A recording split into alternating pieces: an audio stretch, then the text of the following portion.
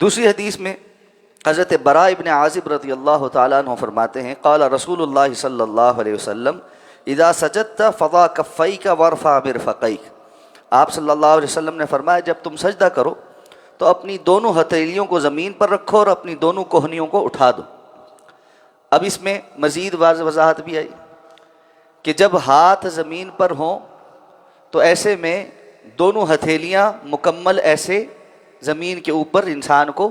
رکھ دینی چاہیے،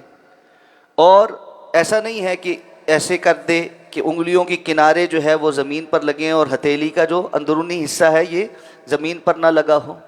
یا اس طرح الٹی کر کے پوری جو ہاتھ ہے وہ زمین پر رکھ رہا ہو، یہ درست نہیں ہوگا۔ سیدھا ایسے دونوں ہاتھ مکمل جو ہے وہ سجدے میں زمین پر رکھنا، اور اس دوران ہاتھوں کی ہتھیلیوں کے علاوہ ہاتھ سے ہتھیلی سے لے کر کوہنی تک کا جو حصہ ہے اس کو زمین سے اٹھا کر رکھنا، اس کو زمین پر بچھائے نہ۔ دوسری جگہ حدیث میں آپ صلی اللہ علیہ وسلم نے چوپائے کی طرح اس کو زمین پر بچھانے سے منع فرمایا۔ جس طرح چوپایا جب بیٹھتا ہے تو اپنے اگلے جو پنجہ ہے اس کو پورا ایسے زمین تک جہاں تک اس کا جوڑ ہوتا ہے بچھا دیتا ہے، تو آپ نے منع فرمایا کہ اس طرح اپنی کوہنی تک کا جو حصہ ہے اس کو زمین پر بندہ بچھا دے۔ تو نہ ہی اس طرح جوڑنا اس کی اجازت ہے اور نہ ہی زمین کے ساتھ اس طرح بچھ کر سجدہ کرنے کی اجازت ہے۔ تیسری حدیث مبارکہ حضرت وائل ابن حجر رضی اللہ تعالیٰ عنہ فرماتے ہیں ان النبی صلی اللہ علیہ وسلم کان اذا رکع فرج بین اصابعہ واذا سجد ضم اصابعہ۔ حضرت وائل بن حجر فرماتے ہیں جب آپ صلی اللہ علیہ وسلم رکوع کرتے تو اپنی انگلیوں کو گھٹنوں پر رکھتے ہوئے ایسے کھول دیتے، ایسے یعنی گھٹنے کو پکڑتے ہوئے انگلیاں ساری کھلی ہوئی ہوتی، اور جب آپ صلی اللہ علیہ وسلم سجدہ کرتے تو اپنی انگلیوں کو زمین پر رکھتے ہوئے ان کو ملا دیتے۔ تو رکوع میں ہاتھوں کی انگلیاں جو ہے وہ جس طرح، اگر ظاہر بات ہے دور سے دیکھنے والوں کو گھٹنا نظر نہیں آ رہا، یہ گھٹنا ہو تو اس طرح گھٹنے کو پکڑنے کے لیے انگلیوں کو کھول کر اس کو پکڑنا ہے، یہ گھٹنا ہے تو اس کو پکڑنا ہے، اور سجدے میں زمین پر رکھتے ہوئے ایسے انگلیوں کو بند کر کے انگلیوں کو قبلہ رخ کر کے سجدہ میں دونوں ہاتھ زمین پر رکھے۔ سجدے میں ایسے انگلیاں کھول کر زمین پر ہاتھ رکھنا یہ درست نہیں ہوگا۔ تو آپ صلی اللہ علیہ وسلم سجدے میں انگلیوں کو ملا دیتے تھے۔ اب یہ پورے ہاتھوں کی تفصیل ہو گئی کہ سجدے میں دونوں ہاتھ جب زمین پر رکھنے ہیں، ایک تو پوری ہتھیلی زمین پر ہو، دوسرا انگلیاں قبلہ رخ ہوں، تیسرا انگلیاں آپس میں ایسے بند ہوں، چوتھا آپ کا جو ہاتھ ہیں وہ اس ہتھیلی سے لے کر کوہنی تک یہ ہوا میں ہوں، زمین کے اوپر بچھی ہوئی نہ ہوں، اور پانچواں کہ یہ آپس میں تھوڑی سی یعنی باڈی سے تھوڑا دور ہوں، ایسے باڈی کے ساتھ جڑی ہی نہ ہوں۔ اب یہ حکم خواتین کے لیے مردوں کے لیے یکساں ہے۔ ہمارے ہاں خواتین کو سجدہ کرتے ہوئے اس کے بالکل برعکس سجدہ کروایا جاتا ہے۔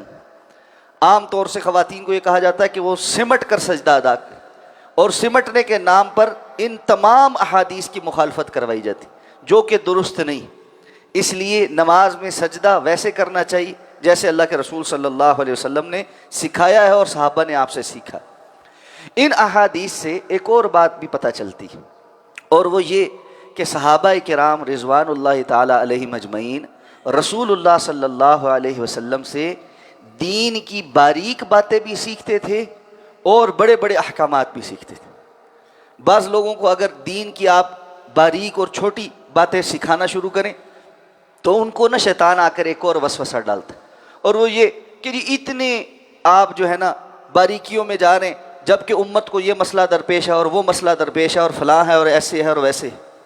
جبکہ وائل ابن حجر رضی اللہ تعالیٰ عنہ اور دیگر جو صحابہ ان احادیث کو بیان کر رہے ہیں یہ اس دور میں اللہ کے رسول صلی اللہ علیہ وسلم کے پاس آئے ہیں جب اسلام کو بہت چیلنجز تھے،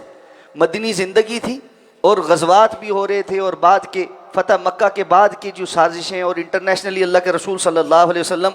جو ہے وہ کیسر و کسریٰ کو اور روم کو اور ادھر ادھر کے جو عرب ریاستوں کے بادشاہ تھے ان کو خطوط بھی لکھوا رہے ہیں، اور اسی کے دوران صحابہ کرام اللہ کے رسول صلی اللہ علیہ وسلم سے نماز کے یہ باریک مسئلے بھی سیکھ رہے ہیں کہ نماز کے اللہ کے رسول کی کیفیت کیسی تھی، اٹھنا کیسے تھا، بیٹھنا کیسے تھا، ہاتھ رکھنے کا انداز کیسا تھا۔ تو جو لوگ اللہ کے رسول صلی اللہ علیہ وسلم کے طور طریقے سے محبت کرتے ہیں وہ چھوٹی چیزوں میں بھی کرتے ہیں اور اس میں بھی اتباع رسول کرتے ہیں، تو اللہ ان کو بڑی چیزوں میں بھی اتباع کی توفیق عطا فرما دیتا ہے۔ اور جو چھوٹی چیزوں میں ہی اللہ کے رسول کی اتباع نہ کر سکے اس کو بڑے موقع پہ کیا توفیق ملے گی اور وہ کیا کارنامہ سر انجام دے گا۔ اور ایسے بہت سے لوگ دیکھے بھی گئے کہ جو رسول اللہ صلی اللہ علیہ وسلم کی سنتوں کا تمسخر اڑاتے رہے یا ان کو غیر ضروری سمجھتے رہے، اور جب کہیں کوئی بڑا موقع آیا تو وہ بالکل ہی سرے سے ہی اس منظر سے آؤٹ ہو گئے۔ انہوں نے اپنے لیے اس منظر میں کوئی کردار پایا ہی نہیں کہ جس پر وہ کوئی عمل کر سکے یا کچھ اسلام کی خدمت کے لیے پیش کر سکے۔ اس لیے دین کے بڑے احکامات کو بھی سیکھنا اور دین کے چھوٹے احکامات کو بھی سیکھنا،